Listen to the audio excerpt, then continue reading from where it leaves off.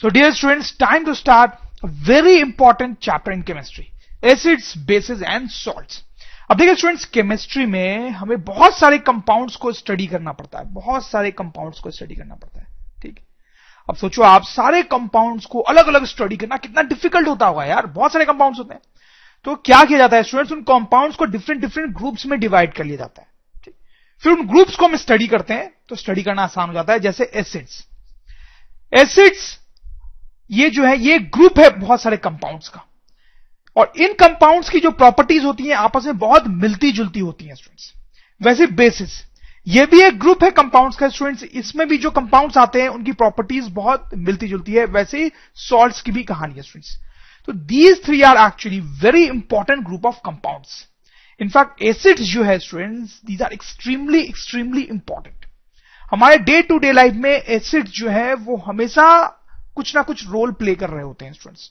अगर आप chemistry lab में जाओगे तो आपको हर जगह एसिड मिलेगा स्टूडेंट्स, ठीक है। Bases and salts, they are also very important compounds. तो students, by the time we end this chapter you would have understood that chemistry is really a very interesting subject, और उसका बहुत practical application भी है। बहुत लोग सोचते हैं कि केमिस्ट्री का प्रैक्टिकल एप्लीकेशन नहीं होता है, ऐसा बिल्कुल भी नहीं है students. And at the same time you would have understood कि एसिड्स क्या होते हैं, बेसिस क्या होते हैं और सॉल्ट्स क्या होते हैं। तो चलिए स्टूडेंट्स, लेट्स स्टार्ट। तो स्टूडेंट्स आप देखिए, कुछ कंपाउंड्स का मैं यहां पर नाम लिख रहा हूं और उनका फॉर्मूला भी। They are some important compounds and you have to remember them. HCl, this is hydrochloric acid, ठीक है। ये कंपाउंड है स्टूडेंट्स, नाम से आपको समझ में आ रहा होगा कि this is basically N acid students, ठीक है। उसका फॉर्मूला है HCl। H2SO4, this is sulphuric acid, sulfuric acid, some very important compounds. HNO3, this 3 actually nitric acid, ठीक है स्टूडेंट्स। तो स्टूडेंट्स नाम से क्लियर है कि ये सब एसिड्स हैं, और भी कई सारे एसिड्स होते हैं स्टूडेंट्स। कुछ और इंपॉर्टेंट एसिड्स इस चैप्टर में हम देखेंगे जैसे जैसे हम आगे बढ़ेंगे स्टूडेंट्स, ठीक। अब हम ये देखना चाहते हैं स्टूडेंट्स कि इन कंपाउंड्स को एसिड क्यों बोला गया है, या इनमें क्या सिमिलैरिटी है। ये सब के सब एक ग्रुप में है, एसिड नाम के ग्रुप में, तो इनमें क्या सिमिलैरिटी है स्टूडेंट्स। तो एक चीज तो आपको साफ साफ समझ में आ रही होगी कि यहां पे हाइड्रोजन एटम आपको दिखाई दे रहा होगा इन सब में। अब देखो स्टूडेंट्स क्या होता है, जैसे कि हम HCl की बात करें, हाइड्रोक्लोरिक एसिड की, ठीक। तो ऐसे तो ये गैस होता है, रूम टेम्परेचर पे ये एक गैस होता है स्टूडेंट्स, ठीक। लेकिन हम इसको वाटर में डिसॉल्व करें, इसको हम वाटर में डिसॉल्व करें, तो देखो यहां पे मुझे क्या लिखना चाहिए HCl के बाद, SLG एक्वस, क्या लिखना चाहिए, हमने पिछले कोर्सेज में पढ़ा ही है। ये लिखने का मतलब होता है कि ये सॉलिड है, ये लिखने का मतलब है कि लिक्विड है, ये लिखने का मतलब ये गैस है। एक्वस लिखने का मतलब इसको हमने वाटर में डिसॉल्व कर रखा है, ठीक है। तो ऐसे तो ये गैस है, लेकिन हम इसको वाटर में डिसॉल्व कर रहे हैं, तो हम लिखेंगे एक्वस, ठीक है। तो जब इसको वाटर में डिसॉल्व करते हैं स्टूडेंट्स, तो क्या होता है, जिन दो आयन से ये बना है वो दोनों आयन्स अलग अलग हो जाते हैं कुछ इस तरीके से, ठीक है। आपको पता होगा स्टूडेंट्स की जो हाइड्रोजन आयन होता है, हाइड्रोजन आयन, उस पर एक पॉजिटिव चार्ज होता है, क्लोरीन आयन पे एक नेगेटिव चार्ज होता है। तो यहां पे हाइड्रोजन आयन बन जाता है, हाइड्रोजन आयन स्टूडेंट्स, ठीक है। और ये जो प्रोसेस है ये तो आपको पता होगा कि इसको जनरली बोलते हैं कि आयोनाइज हो गया, HCl जो है वो आयोनाइज हो गया या डिसोशिएट हो गया, ओके स्टूडेंट्स। उसके बाद क्या होता है स्टूडेंट्स, ये जो हाइड्रोजन आयन है वो फिर से एक वाटर मॉलिक्यूल के साथ रिएक्ट करके एक दूसरा आयन बनाता है कुछ इस तरीके से। देखो ये वाटर मॉलिक्यूल था H2, ये जो हाइड्रोजन आयन है वो उसके साथ अटैच हो जाता है, तो H3+O बन जाता है। क्योंकि इस पे पॉजिटिव चार्ज है तो this is actually an ion, और इसका नाम होता है स्टूडेंट्स हाइड्रोनियम आयन, हाइड्रोनियम। ये जो हमने चीज देखी स्टूडेंट्स वो सिर्फ HCl के साथ नहीं, बाकी सारे एसिड्स के साथ होती है, और जिन चीजों के साथ नहीं होती है उनको हम एसिड्स नहीं बोलते हैं। तो कैसे कंपाउंड्स को एसिड्स बोलते हैं स्टूडेंट्स, आप इस एग्जांपल से समझो कि एसिड्स वैसे कंपाउंड्स हैं जिनको जब वाटर में डिसॉल्व करते हैं तो वो हाइड्रोजन आयन प्रोड्यूस करते हैं, वो हाइड्रोजन आयन प्रोड्यूस करते हैं, और वो जो हाइड्रोजन आयन है वाटर से मिलके वापस से हाइड्रोनियम आयन बनाता है स्टूडेंट्स, ठीक है। कई बार आप देखेंगे इस चैप्टर में कि हम सिर्फ इतना बोल देंगे कि जो एसिड है वो वाटर में डिसॉल्व होने पे हाइड्रोजन आयन बना देता है, सिर्फ इतना ही बोल के छोड़ देंगे, ठीक है। ये अंडरस्टूड होगा कि वो जो हाइड्रोजन आयन बन रहा है वो वाटर से वापस रिएक्ट करके हाइड्रोनियम आयन बना लेता है स्टूडेंट्स। बाकी के ये जो एसिड्स हैं वो भी ऐसा ही करते हैं स्टूडेंट। जैसे देखो ये नाइट्रिक एसिड के बारे में मैं आपको बताता हूं, उसके लिए अगर हम लिखें तो HNO3 एक्वस, जब उसको वाटर में डिसॉल्व करते हैं तो H+ बनाता है which is an hydrogen ion, plus NO3 minus. और ये जो हाइड्रोजन आयन है स्टूडेंट्स वापस से वो वाली रिएक्शन करके हाइड्रोनियम आयन बनाएगा स्टूडेंट्स। सल्फ्यूरिक एसिड उसके साथ भी ऐसा ही होता है स्टूडेंट्स, स्पेस थोड़ा कम है। देखिए ये जो सल्फ्यूरिक एसिड है H2SO4, इसका भी जो एक्वस सॉल्यूशन होता है स्टूडेंट्स, मतलब इसको जब वाटर में डिसॉल्व करते हैं तो आप देखें यहां पे 2 हाइड्रोजन आयन बनेंगे स्टूडेंट्स। क्यों? क्योंकि H2 है यहां पे, तो 2 हाइड्रोजन आयन बनते हैं plus sulphate ion. Sulphate ion पे -2 चार्ज होता है। और ये 2 जो हाइड्रोजन आयंस बने हैं स्टूडेंट्स वो वाटर मॉलिक्यूल्स के साथ रिएक्ट करके फिर से हाइड्रोनियम आयन बनाते हैं स्टूडेंट्स। तो जितने भी एसिड्स होते हैं उनकी यही प्रॉपर्टी होती है कि वाटर में डिसॉल्व करने पे वो हाइड्रोजन आयन प्रोड्यूस करते हैं स्टूडेंट्स। और जो ऐसा नहीं करता उसको हम एसिड नहीं बोलते हैं। अब देखो स्टूडेंट्स कुछ और कंपाउंड्स के बारे में यहां पे हम देखते हैं। NaOH, इसका नाम है students sodium hydroxide, sodium hydroxide. KOH, इसका नाम है potassium hydroxide. Students CaOH2, this is calcium hydroxide. And students these are some examples of bases, ये कुछ बेसेस हैं स्टूडेंट्स, ठीक है, ये एसिड से दीज आर सम बेसेस। और भी कई सारे बेसेस हो सकते हैं स्टूडेंट्स, उनमें से कुछ इंपॉर्टेंट बेसिस के बारे में हम आगे इस चैप्टर में देखेंगे। अब देखो इनकी क्या प्रॉपर्टी होती है स्टूडेंट्स, जैसे देखो NaOH, ये एक सॉलिड होता है रूम टेम्परेचर पे, ठीक है, ये एक सॉलिड होता है रूम टेम्परेचर पे। इसको जब हम वाटर में डिसॉल्व करते हैं NaOH, इसको जब वाटर में डिसॉल्व करते हैं मतलब उसका एक्वस सॉल्यूशन बनाते हैं स्टूडेंट्स, तो क्या होता है कि इसमें 2 आयंस हैं, एक सोडियम आयन वो अलग हो जाता है और एक OH आयन जिसपे निगेटिव चार्ज होता है स्टूडेंट्स। ये इन 2 आयंस में आयोनाइज और डिसोशिएट हो जाता है। ये जो OH आयन है स्टूडेंट्स को बोलते हैं हाइड्रोक्साइड आयन, हाइड्रोक्साइड आयन। तो ऐसे जो कंपाउंड्स होते हैं स्टूडेंट्स जो वाटर में डिसॉल्व होने पे हाइड्रोक्साइड आयन दें उनको हम बेसिस बोलते हैं। जो हाइड्रोजन आयन दें उनको एसिड्स बोलते हैं, जो हाइड्रोक्साइड आयन दें उसको बेसिस बोलते हैं, ठीक है, बेस बोलते हैं, बेस। जैसे ये KOH है, इसके साथ भी होगा, इसका एक्वस सॉल्यूशन बनाएंगे तो K प्लस और OH माइनस हाइड्रोक्साइड आयन बनेगा। कैल्शियम हाइड्रोक्साइड, इसका एक्वस सॉल्यूशन बनाएंगे स्टूडेंट्स तो कैल्शियम प्लस 2 और यहां पे 2 हाइड्रोक्साइड आयन है तो 2 हाइड्रोक्साइड आयंस बनेंगे। तो स्टूडेंट आपको समझ में आएगा कि एसिड्स की क्या प्रॉपर्टी होती है मेन और बेसिस की क्या प्रॉपर्टी होती है। अब स्टूडेंट्स बारी है सॉल्ट्स की। सॉल्ट्स क्या होते हैं अभी थोड़ा सा हम देखेंगे, बाकी और डिटेल में इनको बाद में देखेंगे। सॉल्ट से कुछ एग्जांपल्स मैं यहां पे लिखता हूं स्टूडेंट्स, देखो NaCl, this is a compound is called sodium chloride, इसको बोलते हैं सोडियम क्लोराइड, ठीक है स्टूडेंट्स। ये कॉमन सॉल्ट है जो हम फूड में डालते हैं, खाते हैं। Copper sulphate CuSO4, this is copper sulphate. KNO3 potassium nitrate, potassium nitrate. ये सब सॉल्ट्स है स्टूडेंट्स, और भी बहुत सारे सॉल्ट्स होते हैं और कुछ इंपॉर्टेंट सॉल्ट्स का नाम हम देखेंगे आगे। देखो सॉल्ट्स कैसे कंपाउंड्स होते हैं स्टूडेंट्स, देखो अब ध्यान देना स्टूडेंट्स, HCl ये क्या है स्टूडेंट्स, एक एसिड है, ठीक है। अब देखो HCl से NaCl कैसे आएगा, आप ऐसा सोचो HCl से NaCl कैसे आएगा। अगर इस हाइड्रोजन को अगर हम सोडियम से रिप्लेस कर दें, हाइड्रोजन को सोडियम से रिप्लेस कर दें तो NaCl आ जाएगा, ठीक है स्टूडेंट्स। H2SO4 ये एक एसिड है स्टूडेंट्स, ठीक है। इससे कॉपर सल्फेट कैसे आ सकता है आप सोचो, अगर हाइड्रोजन को यहां पे कॉपर से रिप्लेस कर दें तो कॉपर सल्फेट आ सकता है। KNO3 HNO3 ये एक एसिड है स्टूडेंट्स, यहां पर H को अगर पोटाशियम से रिप्लेस कर दें तो KNO3 आ जाएगा students.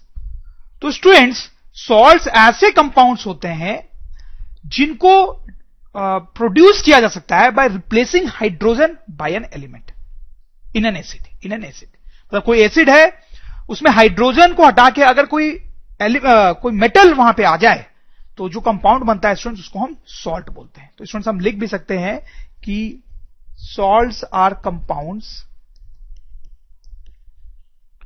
Obtained by replacement of hydrogen from acid by a metal.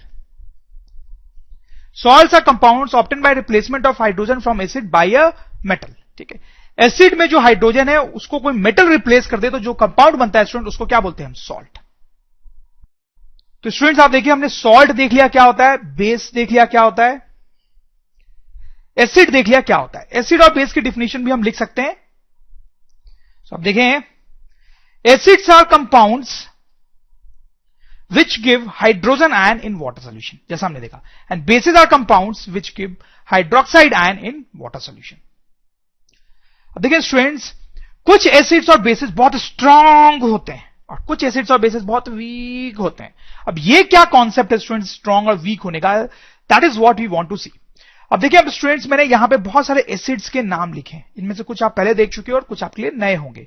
देखिए, हाइड्रोक्लोरिक एसिड हमने देखा है पहले, ठीक है।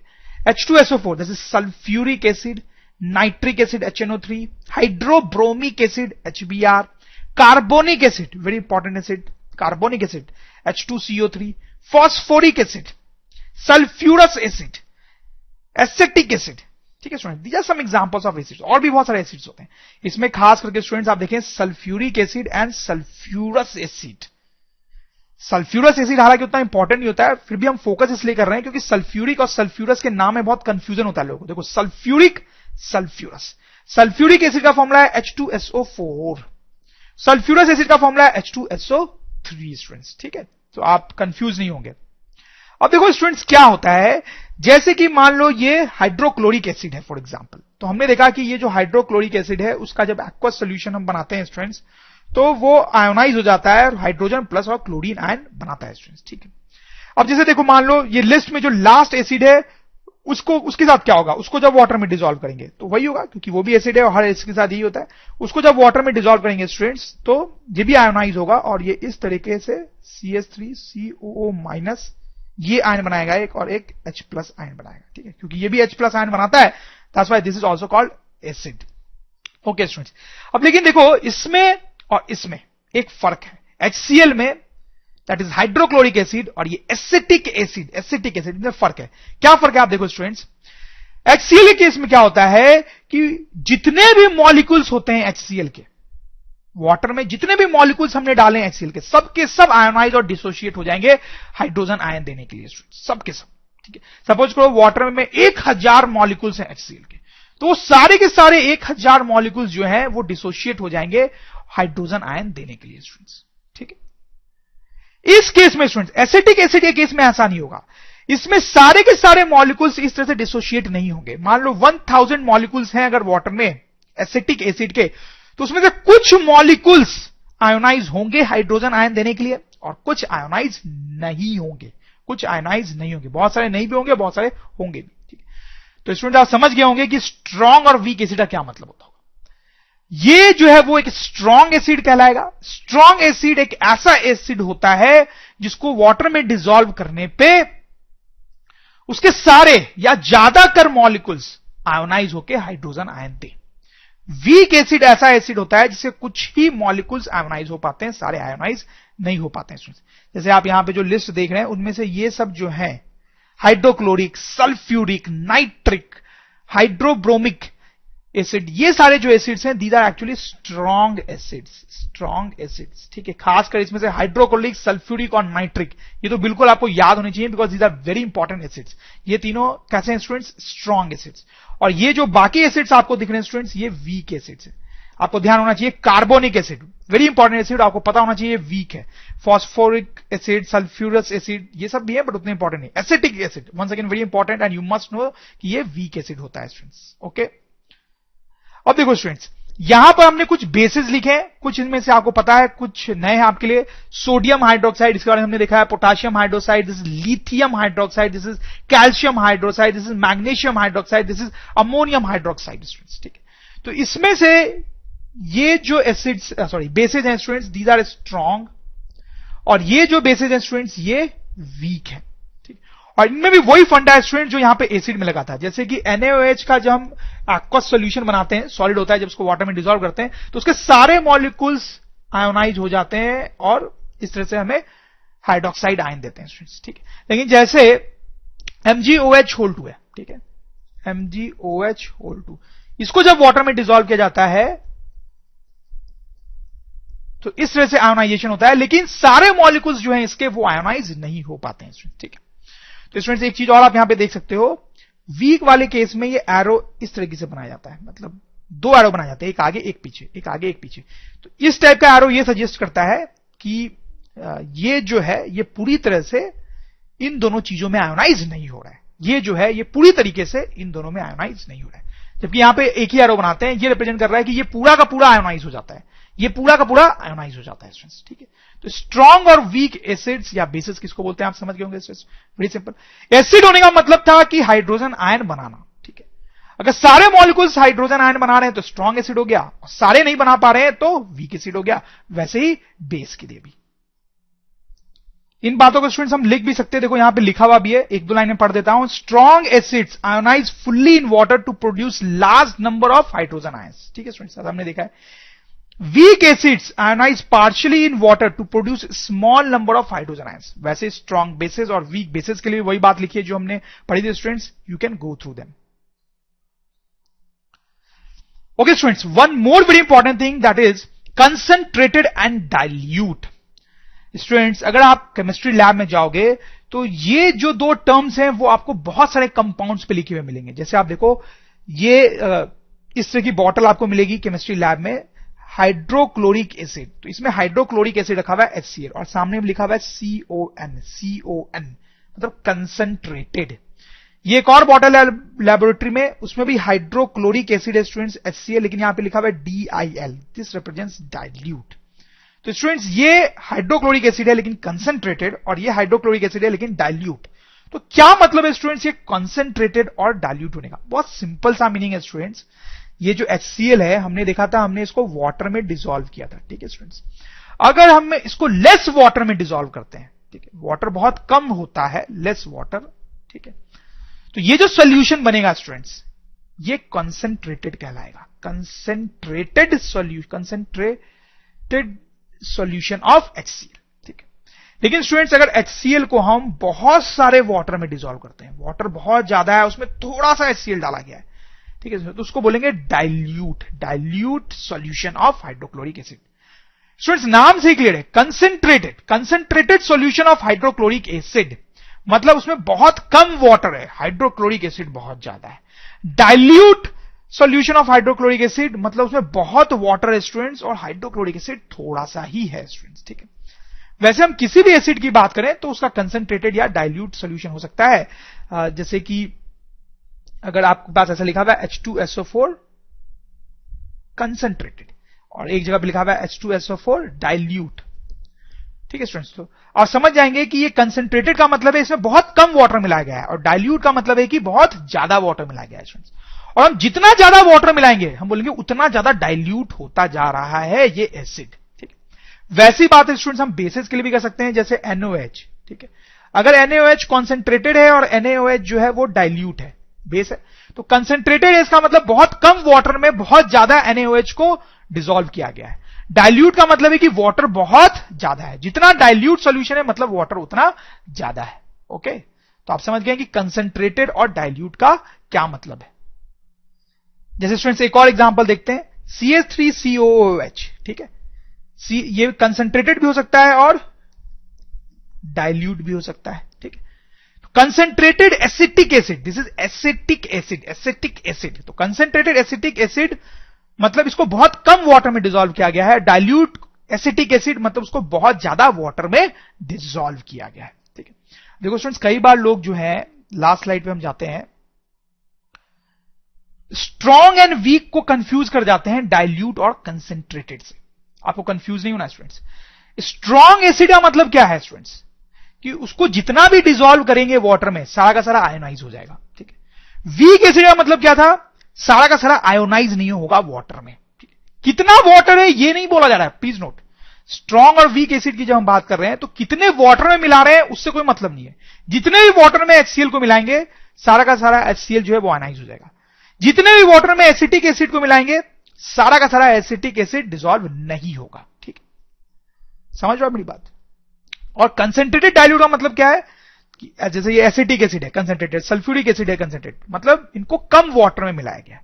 एसिटिक एसिड है डाइल्यूट, सल्फ्यूरिक एसिड है डाइल्यूट, मतलब उनको ज्यादा वाटर में मिलाया गया स्टूडेंट्स, ठीक है। Now students, diluting acids and bases, तो एसिड्स और बेसिस को डाइल्यूट करने के लिए उसमें वाटर डालते हैं। अब उससे रिलेटेड कुछ इंपॉर्टेंट पॉइंट्स हम यहां पर देखेंगे स्टूडेंट्स। तो जैसे स्टूडेंट्स आप सोचें कि एक बीकर है हमारे पास और उस बीकर में हमारे पास कुछ कॉन्सेंट्रेटेड एसिड है, ठीक है। मान लो हमारे पास कंसेंट्रेटेड HNO3 है, ओके स्टूडेंट्स, कोई भी एसिड हो सकता था, कंसेंट्रेटेड HNO3 लिया हमने। अब ये जो कंसेंट्रेटेड HNO3 है उसमें जो HNO3 के मॉलिक्यूल्स होंगे स्टूडेंट्स, उनका क्या हाल होगा? वो तो आयनाइज हो गए होंगे, उन्होंने हाइड्रोजन आयन और ये नाइट्रेट आयन बनाया होगा स्टूडेंट्स, और ये जो हाइड्रोजन आयन है स्टूडेंट्स उसका क्या होगा? वो वाटर के साथ कंबाइन करके हाइड्रोनियम आयन बना चुका होगा। सही है स्टूडेंट्स, ठीक है। अब देखो स्टूडेंट्स, सपोज करो ये जो सोल्यूशन है, कंसेंट्रेटेड सोल्यूशन है, उसमें x number of hydronium ions है, ओके, नो प्रॉब्लम। अब हमने क्या किया कि इसमें कुछ वाटर डाला। वाटर हमने इसलिए डाला ताकि ये डाइल्यूट हो सके। तो अब देखो स्टूडेंट्स, हमारे पास क्या सिचुएशन होगी।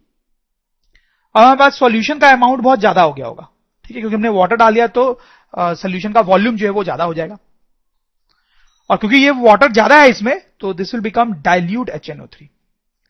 अब स्टूडेंट्स आप मुझे यहां पे ये बताओ कि पहले अगर हाइड्रोनियम आयंस x नंबर के थे, तो क्या हाइड्रोनियम आयंस का नंबर अब बढ़ जाएगा, कम हो जाएगा, या सेम रहेगा? क्या लगता है स्टूडेंट्स आपको, क्या लगता है? हाइड्रोनियम आयंस का जो नंबर है वो पहले के कंपैरिजन में ज्यादा या कम या सेम रहेगा? क्या लगता है? देखो स्टूडेंट्स, ये जो हाइड्रोनियम आयंस थे वो तो HNO3 के मॉलिक्यूल से आ रहे थे ना। HNO3 के तो अभी भी उतने ही मॉलिक्यूल्स होंगे, हमने तो वाटर एडिशनल डाला है, HNO3 तो डाला नहीं है। तो HNO3 पहले जितना था अभी भी उतना ही HNO3 है इस सॉल्यूशन में, ठीक है, उसके उतने ही मॉलिक्यूल्स हैं, तो अभी भी उतने ही हाइड्रोनियम आयंस होंगे स्टूडेंट्स। तो अभी भी जो हाइड्रोनियम आयंस है उनका नंबर x ही होगा।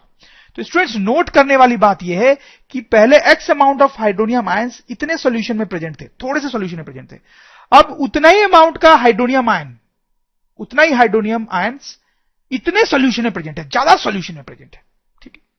स्टूडेंट्स, इसको हम इस तरीके से भी देख सकते हैं कि यहां पर अगर हम एक यूनिट वॉल्यूम लें सॉल्यूशन का, यूनिट वॉल्यूम, और उतना ही बड़ा वॉल्यूम हम यहां पर भी लें, अगर यूनिट वॉल्यूम, दोनों पे बराबर अमाउंट का वॉल्यूम लिया है दोनों केस में, तो किस केस में इस छोटे से वॉल्यूम में ज्यादा हाइड्रोनियम आयंस होंगे या इस छोटे से वॉल्यूम में ज्यादा हाइड्रोनियम आयंस होंगे? क्या लगता है आपको स्टूडेंट्स? क्लियर सी बात है कि इस छोटे से वॉल्यूम में ज्यादा हाइड्रोनियम आयंस होंगे और इस छोटे से वॉल्यूम में कम हाइड्रोनियम आयंस होंगे। तो स्टूडेंट्स, यहां पे हम लिख सकते हैं कि इस केस में concentration of hydronium ions is more, ठीक है, और इस केस में स्टूडेंट्स हम लिख सकते हैं concentration of hydronium ion is less. आपको बहुत अच्छे से बात समझ में आ गई होगी स्टूडेंट्स। तो this is an important point students कि जब हम किसी एसिड को कंसंट्रेटेड से डाइल्यूट बनाते हैं तो क्या होता है स्टूडेंट्स, उस सॉल्यूशन में हाइड्रोनियम आयंस का जो कंसंट्रेशन होता है वो कम हो जाता है। हाइड्रोनियम आयन का जो कंसंट्रेशन होता है स्टूडेंट्स वो कम हो जाता है। दिस इज इंपॉर्टेंट पॉइंट, इसको हम लिख लेंगे। Concentrated of hydronium ion decreases on diluting the concentrated acid, ठीक है स्टूडेंट्स। और वही चीज बेस के साथ भी होती है स्टूडेंट्स। मुझे नहीं लगता कि ज्यादा मुझे समझाने की जरूरत है। अगर यहां पे हमारे पास कंसंट्रेटेड बेस होता कोई, जैसे कि NaOH, तो क्या होता, ठीक है, तो उस केस में हमारे पास ये हाइड्रोनियम आयन की जगह पे हाइड्रोक्साइड आयन होता है स्टूडेंट्स। फिर से हम इसमें वाटर मिलाते उसको डाइल्यूट बनाने के लिए, डाइल्यूट NaOH बनाने के लिए, तो क्या हाइड्रोक्साइड आयन का अमाउंट चेंज हो जाता? नहीं स्टूडेंट्स, हाइड्रोक्साइड आयन का अमाउंट वही रहता, क्योंकि NaOH के उतने ही मॉलिक्यूल्स अभी भी हमारे पास है, हमने तो वाटर ऐड किया। फिर से स्टूडेंट्स, हम यहां पे छोटा सा वॉल्यूम लेते और यहां पर भी अगर छोटा सा वॉल्यूम लेते तो यहां पर हम देखते कि concentration of hydroxide ion is more, और यहां पे देखते concentration of hydroxide ion is less. ठीक है, तो यहां पर स्टूडेंट्स हम लिख सकते हैं कि concentration of hydroxide ion decreases on diluting the concentrated acid, on diluting the concentrated base. ठीक है स्टूडेंट्स, तो वेरी सिंपल सी बात है, बहुत सिंपल सी बात है कि कंसंट्रेटेड एसिड या बेस को जब हम डाइल्यूट करते हैं तो हाइड्रोनियम आयन, एसिड के केस में हाइड्रोनियम आयन और बेस के केस में हाइड्रोक्साइड आयन का कंसंट्रेशन जो है वो कम हो जाता है। अब स्टूडेंट दूसरी बात देखते हैं, हमने देखा कि कॉन्सेंट्रेटेड एसिड या बेस में जब हम वाटर मिलाते हैं तो डाइल्यूट एसिड या डाइल्यूट बेस बनता है स्टूडेंट्स। तो ये जो यहां पर फेनोमेना या जो भी चेंज हो रहा है स्टूडेंट्स वो एक्सोथर्मिक होता है। एक्सोथर्मिक मतलब स्टूडेंट्स कंसेंट्रेट एसिड में जब वाटर डालते हैं तो डाइल्यूट एसिड बनता है और साथ में बहुत सारी हीट प्रोड्यूस होती है। वैसे बेस के केस में भी बहुत सारी हीट प्रोड्यूस होती है students. This is a very important point. और स्टूडेंट्स कुछ सिंपल से एक्सपेरिमेंट्स करके आप केमिस्ट्री लैब में ये वेरीफाई भी कर सकते हो कि वाकई में हीट प्रोड्यूस होती है जब कंसंट्रेटेड एसिड और बेस को डाइल्यूट करते हैं।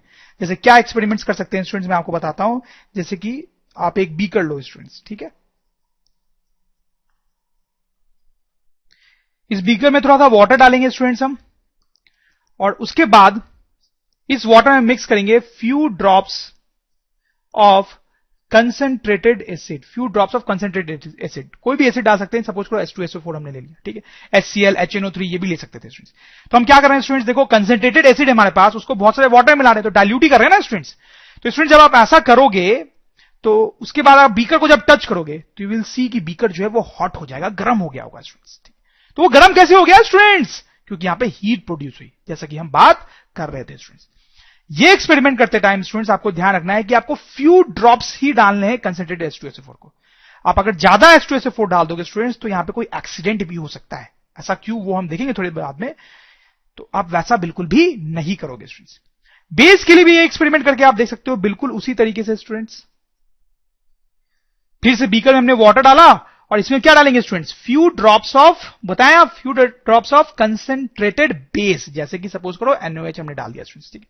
तो फिर से उस कंसंट्रेटेड NaOH को हम डाइल्यूट कर रहे हैं। फिर से आप बीकर को जब टच करके देखोगे स्टूडेंट्स तो वो हॉट हो गया होगा, ठीक है। यहां पर एक काम और भी आप कर सकते थे। इस इमेज को आप देखें students, this is actually NaOH pellet. Students मैंने आपको पहले बताया था कि NaOH जो होता है वो रूम टेम्परेचर पे सॉलिड फॉर्म में पाया जाता है। तो आप देखें ये सॉलिड फॉर्म है NaOH का, उसको जनरली या कई बार NaOH पैलेट भी बोलते हैं। ये NaOH जो है वो वाटर में डिसॉल्व हो जाता है और फिर हाइड्रोक्साइड आयन देता है। ये सब हमने पढ़ा है स्टूडेंट्स। तो आप ऐसा भी कर सकते हो कि थोड़ा सा NaOH पैलेट लेके आप वाटर में डिसॉल्व कर दो, तब भी आप स्टूडेंट्स बीकर को जब टच करोगे तो वो आपको हॉट लगेगा स्टूडेंट्स। तो स्टूडेंट्स इन सारे एक्सपेरिमेंट से बहुत इजीली प्रूव होता है कि जब कंसंट्रेटेड एसिड या बेस को डाइल्यूट बनाते हैं तो हीट प्रोड्यूस होती है स्टूडेंट्स, राइट। स्टूडेंट्स ये थर्ड पॉइंट जो हम देखने वाले हैं that is very important for safety in laboratory. देखो स्टूडेंट्स, कंसंट्रेटेड एसिड को डाइल्यूट बनाने के लिए हम दो तरीके यूज कर सकते हैं। एक तो हमने बीकर में कंसंट्रेटेड एसिड लिया और ऊपर से हम वाटर डाल रहे हैं, ठीक है। दूसरा मेथड हो सकता है कि हमने बीकर में वाटर लिया, देखो पहले का रिवर्स किया, बीकर में वाटर लिया और उसमें धीरे धीरे करके कॉन्सेंट्रेटेड एसिड डाल रहे हैं। देखा जाए तो दोनों ही केस में एसिड के साथ वाटर मिलाया जा रहा है, एसिड के साथ वाटर मिलाया जा रहा है, तो कंसंट्रेटेड एसिड जो है वो डाइल्यूट होगा। तो आपको लग सकता है स्टूडेंट कि दोनों तो एक ही बात है, हम कोई भी काम कर सकते हैं दोनों में से, बट ऐसा नहीं है स्टूडेंट्स। आप कभी भी अगर डाइल्यूट कर रहे हैं एसिड को तो आप ये वाला काम करेंगे स्टूडेंट्स, ये वाला काम जो है आप बिल्कुल भी नहीं करेंगे। दिस इज वेरी डेंजरस, इससे आपको बहुत हार्म पहुंच सकता है स्टूडेंट्स। कैसे, देखो स्टूडेंट्स हमने देखा है ना कि जब कंसंट्रेटेड एसिड डाइल्यूट एसिड में कन्वर्ट होता है तो बहुत सारी हीट रिलीज होती है। ये जो हीट रिलीज हो रही है ना यहां पे, वही प्रॉब्लम क्रिएट कर सकती है। देखो स्टूडेंट्स क्या होता है, यहां पे हम थोड़ा थोड़ा करके वाटर डाल रहे हैं और यहां पे थोड़ा थोड़ा करके हम एसिड डाल रहे हैं। तो दोनों ही केस में डाइल्यूशन का जो प्रोसेस है वो स्टार्ट हो रहा है और हीट प्रोड्यूस हो रही है। लेकिन स्टूडेंट्स इस केस में जब हम वाटर डाल रहे हैं तो इस केस में सडनली बहुत सारी हीट प्रोड्यूस होती है, sudden release of heat, sudden release of heat. और इस केस में students gradual release of heat, gradual release of heat, heat जो है वो ग्रेजुअली रिलीज होती है। उसका कारण ये होता है स्टूडेंट्स कि यहां पर एसिड तो बहुत थोड़ा सा ही डाला है ना हमने, और यहां पे एसिड बहुत ज्यादा है, तो एसिड के ज्यादा होने से यहां पे हीट जो है बहुत सडनली रिलीज होती है और इसमें ग्रेजुअली रिलीज होती है। तो यहीं पे आप देख सकते हैं स्टूडेंट्स की एक खतरे की बात है कि हीट अगर सडनली रिलीज हो रही है तो that is not a good thing. अब उस पर और दूसरी इंपॉर्टेंट बात यह है स्टूडेंट्स कि यहां पर जो भी हीट रिलीज होती है उसको एब्जॉर्ब करने के लिए large amount of water available है। यहां पे आप देख सकते हो कितना सारा वाटर है, वो इस हीट को एब्जॉर्ब कर लेगा। धीरे धीरे हीट रिलीज हो रही है और बहुत सारा वाटर भी है यहां पे, तो ये जो वाटर है वो उस हीट को धीरे धीरे एब्जॉर्ब कर लेगा और अपना टेम्परेचर बढ़ा लेगा, और कुछ नहीं होगा। यहां पे जो धीरे धीरे हीट रिलीज होगी उससे वाटर और बीकर का टेम्परेचर बढ़ जाएगा। बस temperature of water and beaker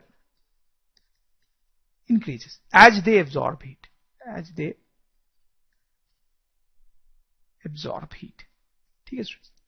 लेकिन इस केस में देखो स्टूडेंट्स, एक तो सडनली हीट रिलीज हो रही है और उस हीट को एब्जॉर्ब कौन करेगा स्टूडेंट्स? ये थोड़ा सा वाटर, ठीक।